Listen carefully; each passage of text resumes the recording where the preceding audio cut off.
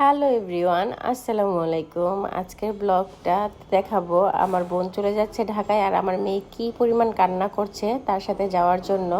আর এদিক দিয়ে আমার বাবা 2 বক্স খাবার আমার হাজব্যান্ডের জন্য অলরেডি রেডি করে দিয়েছে, কারণ যেন ওর রান্নাবান্না নিয়ে কষ্ট না করতে হয়, সেই জন্য এখান থেকে আমরা বক্স ভরে ভরে ওকে দিয়ে দিই।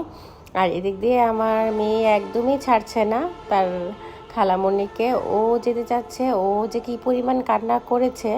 আমার বোন আজকে মূলত যাচ্ছে ডক্টর দেখাতে, ওর আজকে একটা অ্যাপয়েন্টমেন্ট ছিল ডক্টর দেখানোর, তো ওই জন্য যাচ্ছে ঢাকায়। আর এদিক দিয়ে ইলহামের কান্নাই সারছে না।